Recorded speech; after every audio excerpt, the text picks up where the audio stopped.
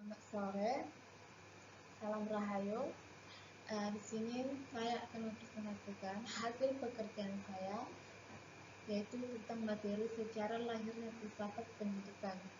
Di sini juga saya berterima kasih kepada Pak Sony Junaidi, SPD MPD, selaku dosen pengampu dari pengantar filsafat pendidikan. Sebelum saya mempresentasikan hasil pekerjaan saya, ada baiknya saya memperkenalkan diri. Nama saya Julian Seraid dari kelas 2A dan nomor NPM saya itu 22100 3862 200050. Baik, kita akan kembali.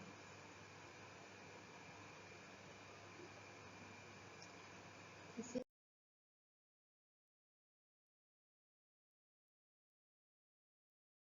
ada pembahasan saya pada sore hari ini, yaitu kita membahas tentang hakikat pendidikan, yang kedua sejarah filsafat pendidikan, nomor 3 itu tujuan filsafat pendidikan, dan nomor 4 itu urgensi filsafat pendidikan.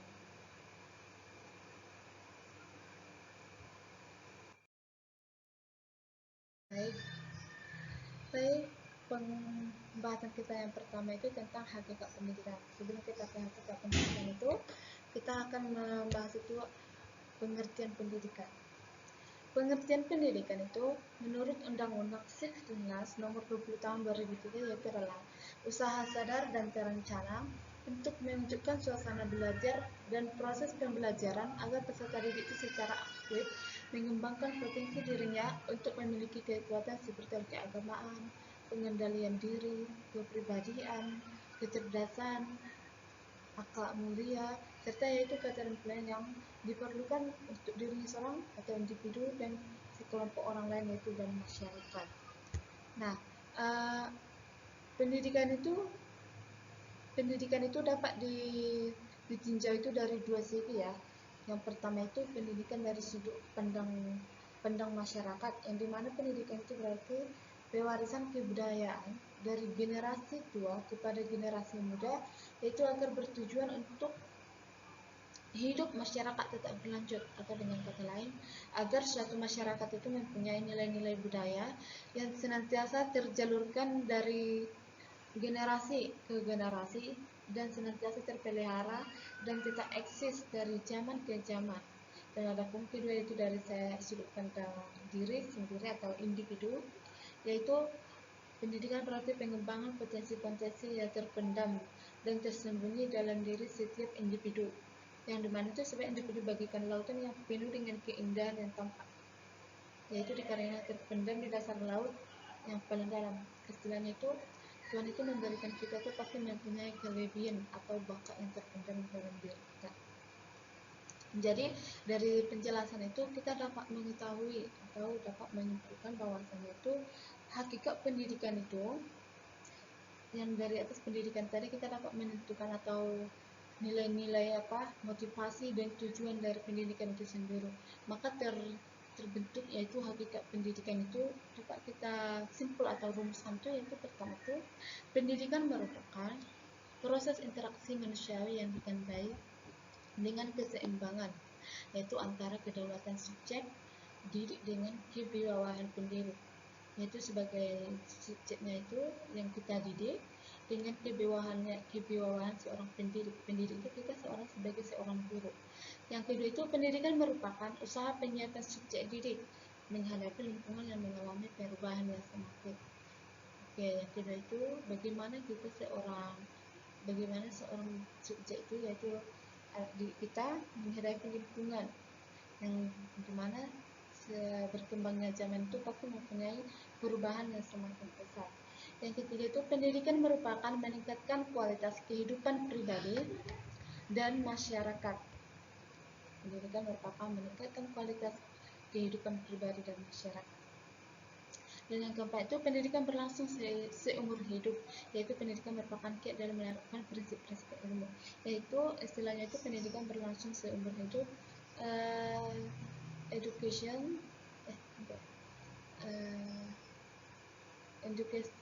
long education. Jadi long life education, yaitu ini berlangsung seumur hidup. Jadi benar ya, dimana kita sampai mati pun itu pendidikan itu perlu untuk kita semua. Oke, lanjut. Nah, di samping itu semua, yang dimana dari ada hakikat pendidikan itu, di sampingnya itu ada juga yang itu mengarah kepada ajas-ajas hakikat pendidikan, yang dimana itu ada yang pertama itu ajas humanistik, yang dimana itu anak didik itu dihargai sebagai insan manusia dengan segala potensinya. Seperti apa itu seperti apa sih insan manusia dengan segala potensinya? Manusiawi domestik secara meliputi keseluruhan aspek, yaitu potensi anak didik serta utuh dan bulat, yang dimana aspek fisik atau non fisiknya itu emosi, intelektual, kognitif atau afektif psikomotor. Sedangkan pendekatannya itu humanistik adalah pendekatan anak didik dihargai, yaitu kita mempunyai kemampuan atau kelebihan dan kekurangannya, yaitu dengan penuh kasih sayang hangat akan keluarganya, seperti terbuka, penuh kesyukuran, serta dengan mempunyai suasana kebebasan tanpa adanya tekanan atau paksaan apapun. Yang kedua itu ajas kemerdekaan, yaitu anak didik diberikan kebebasan yang dipandu oleh kuadrat alam. Ajas kemerdekaan itu adalah memberikan kemerdekaan kepada anak didik, yang tapi istilahnya itu bukan kebebasan yang leluasa atau terbuka, melainkan kebebasan yang dituntun oleh kuadrat alam, baik dari kehidupan individu, hidup sendiri, maupun sebagai anggota masyarakat. Yang ketiga itu adalah ajas kuadrat alam, yaitu anak didik dibiarkan dan dibimbing untuk berkembang sewajarnya sesuai dengan kuadrat alam. Yaitu pada dasarnya itu ya, sebagai makhluk yang menjadi satu dengan kuadrat alam, kita itu tidak lepas dari aturan main. Itu istilahnya itu setiap orang kita diberi keleluasan, dibiarkan, dibimbing untuk berkembang tuh secara wajar, yaitu menurut kuadratnya. Dan yang keempat itu adalah ajas kebudayaan, yaitu ajas kebudayaan dunia terus diikuti, namun kebudayaan sendiri tetap menjadi acuan utama atau jati diri kita, ya. Walaupun kita berakar dari istilahnya itu kebudayaan itu berakar dari kebudayaan bangsa, namun mengikuti kebudayaan luar, yaitu yang telah maju ya, itu negara-negara maju. Tapi sesuai dengan zaman, kemajuan dunia terus diikuti. Namun walaupun itu semua telah berkembang, kita tetap bercantum pada kebudayaan kita sendiri. Kita tidak pernah lupa itu tentang kebudayaan atau jati diri kita sendiri. Ajas kebangsaan yaitu membina kesatuan kebangsaan dengan tetap menyergai bangsa. Dan yang terakhir ajas kemanusiaan, yaitu mendidik anak menjadi manusia yang manusiawi sesuai dengan kodratnya sebagai makhluk Tuhan. Yang istilahnya itu pada intinya itu hakikat pendidikan mendidik manusia menjadi manusia, yaitu sehingga hakikat atau inti pendidikan tidak akan terlepas dari hakikat manusia, yang dimana urusan utama pendidikan adalah manusia, yang punya wawasan yang diambil oleh pendidik tentang manusia akan mempengaruhi strategi atau metode yang digunakan dalam melaksanakan tugasnya.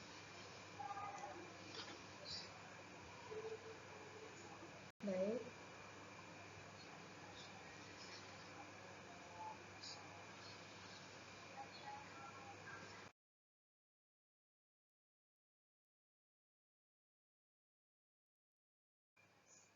Yang materi atau pembahasan kedua kita itu ada, yaitu sejarah filsafat pendidikan.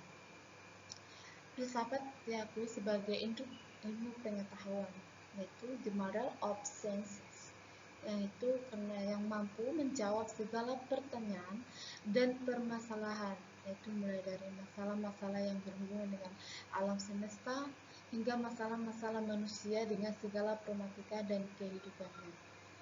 Yang dimana itu di antara permasalahan yang dapat dijawab oleh filsafat adalah permasalahan yang ada dalam lingkungan pendidikan itu. Dan filsafat pendidikan dan adapun lahirnya filsafat pendidikan ini yaitu dari orang barat dalam mempelajari itu yang bertitik berat pada pencarian hikmah. Itu sama sekali tidak lepas dari yang namanya agama. Namun kenyataan itu semua pertanyaan filosofis tersebut semua akan semua kenyataan itu semua pertanyaan filosofis itu semua akan tersampai dan berhenti pada agama. Jadi bahwasanya itu filsafat itu berkembang sesuai perputaran zaman. Itu paling tidak secara filsafat itu lama membawa manusia untuk mengetahui cerita dalam kategori filsafat libertarianisme kuno.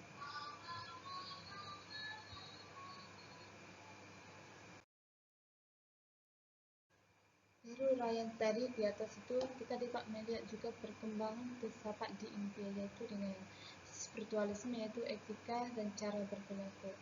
Kenapa etika cara disebutkan caranya etika dan cara berperilaku? Itu karena bahwasanya spiritualisme itu pemikiran spiritualisme itu memberi petunjuk bagaimana manusia mesti bersikap dan bertindak di dunia agar memperoleh bahagia dan kesempurnaan hidup. Dan yang kedua itu yaitu Hinduisme. Hinduisme itu yaitu adalah konsep karma, bahwasanya Hindu itu adalah konsep karma. Pemikiran spiritualisme Hindu yaitu adalah konsep karma yang berarti setiap individu telah dilahirkan kembali secara berulang yaitu dalam bentuk manusia ataupun binatang sehingga ia menjadi suci dan sempurna sebagai bagian dari jiwa universal yaitu istilahnya itu reinkarnasi. Dan yang ke bagian C itu yaitu Buddhisme. Buddhisme adalah sengsara karena cinta berlebihan. Filsafat Buddha beragam bahwa segala sesuatu yang ada di dunia itu terjadi atau terliputi oleh sengsara yang disebabkan oleh cinta terhadap sesuatu yaitu yang berlebihan. Nah sekarang kita yaitu perkembangan filsafat di Jepang. Yaitu yang pertama itu adalah Taoisme, yaitu jalan Tuhan. Tao ada di mana-mana, tidak dapat dilihat, diraba dan didengar. Dan yang kedua itu adalah Shinto, yaitu menjalani hidup dengan nilai optimistik.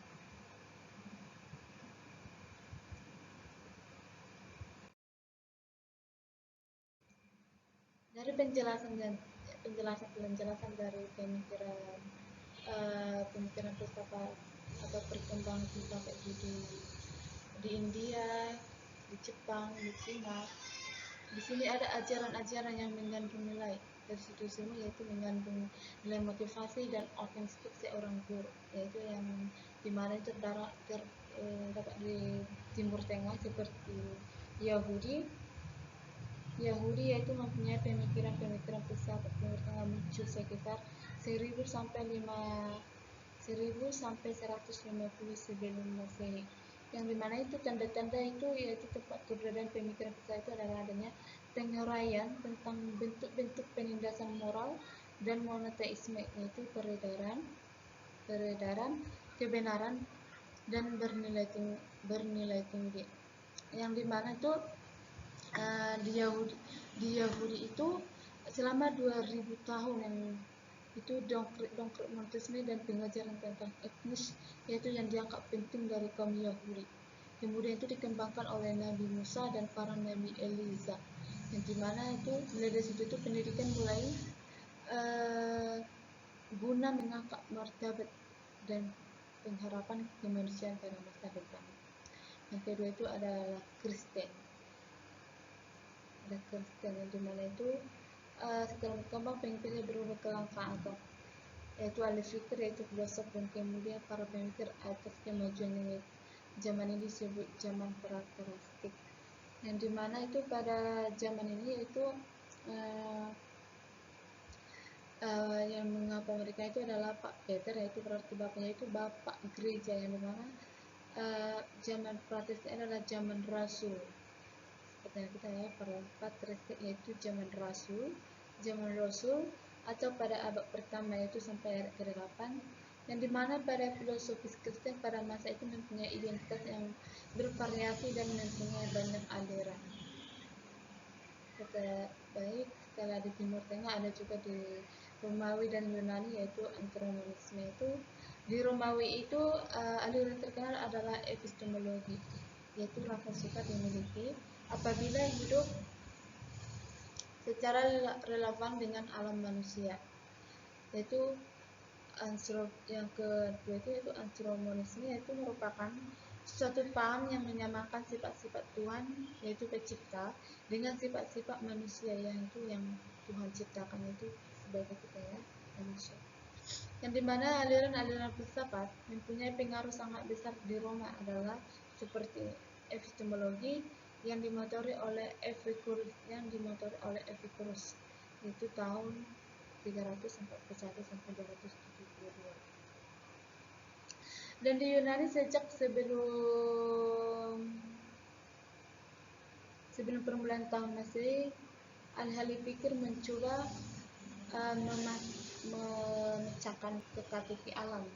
Itu mereka yang mengetahui bahwasanya asal mula alam serta dengan isinya.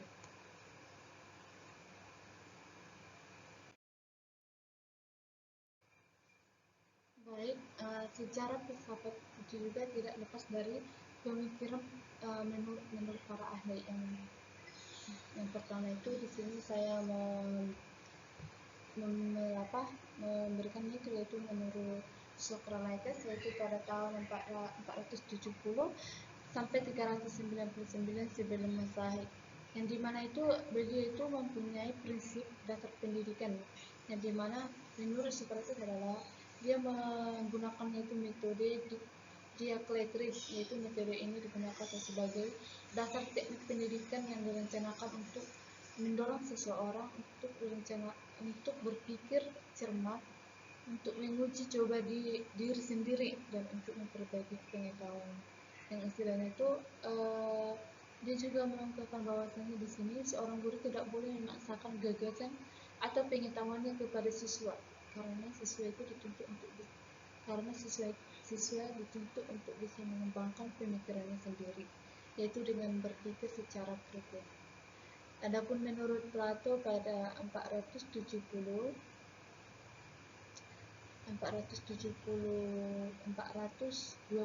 sampai 347, yang dimana itu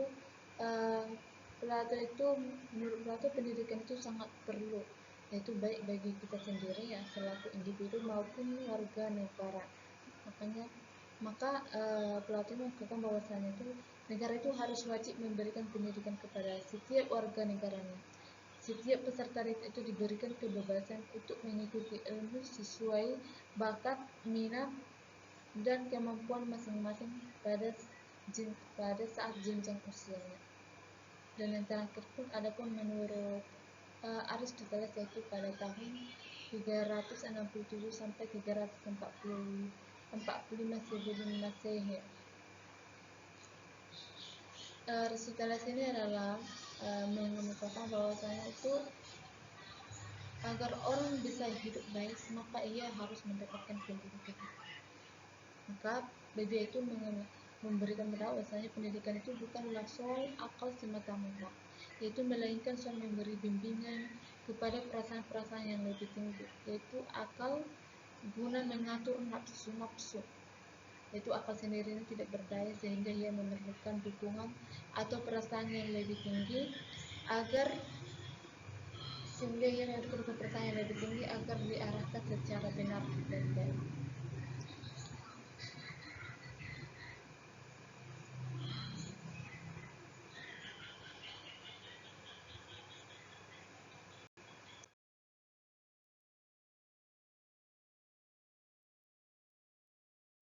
Ini ada pembahasan yang ketiga, yaitu tujuan filsafat pendidikan. Tujuan filsafat pendidikan 1. Filsafat pendidikan adalah mencari hakikat kebenaran sesuatu, baik dalam logika yaitu kebenaran berpikir, etika cara kita berperilaku, maupun metafisika yaitu hakikat keaslian. Yang dimana berfilsafat itu juga artinya berusaha menemukan kebenaran tentang segala sesuatu dengan menggunakan pemikiran secara serius. Yang kedua, tujuan filsafat pendidikan adalah memberikan aspirasi, mengorganisasikan proses pembelajaran yang ideal atau yang baik, yang dimana peran pendidikan itu memberikan inspirasi, yakni dengan menyatakan tujuan pendidikan bagi masyarakat, memberikan arah yang jelas dan tepat dengan mengajukan pertanyaan tentang kebijakan pendidikan dan praktik di lapangan dengan menggunakan rambu-rambu dari teori seorang pendidik.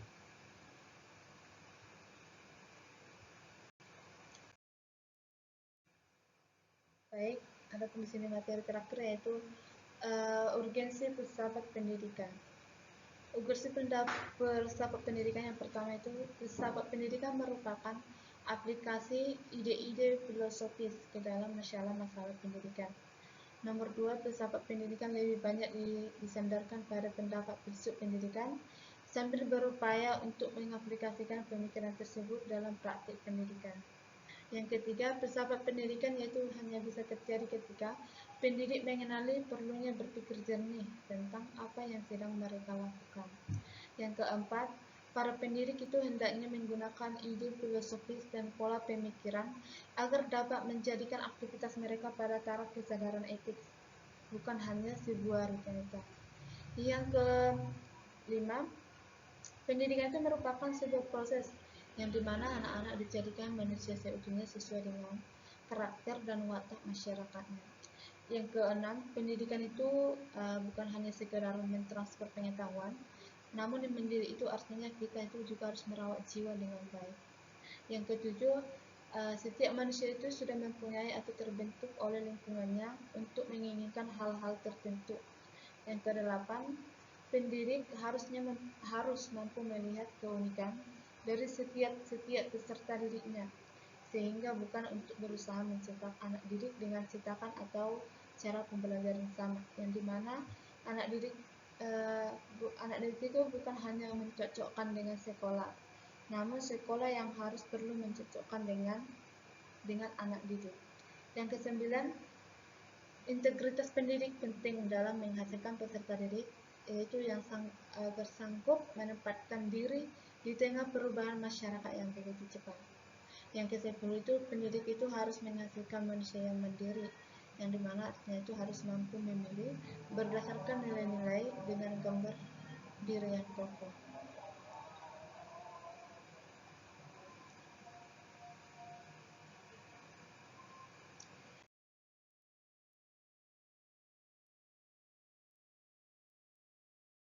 Dan terima kasih hasil presentasi saya, semoga itu bisa bermanfaat bagi untuk yang menonton, dan juga jika ada dari kata-kata saya dari tutur bahasa mohon dimaafkan.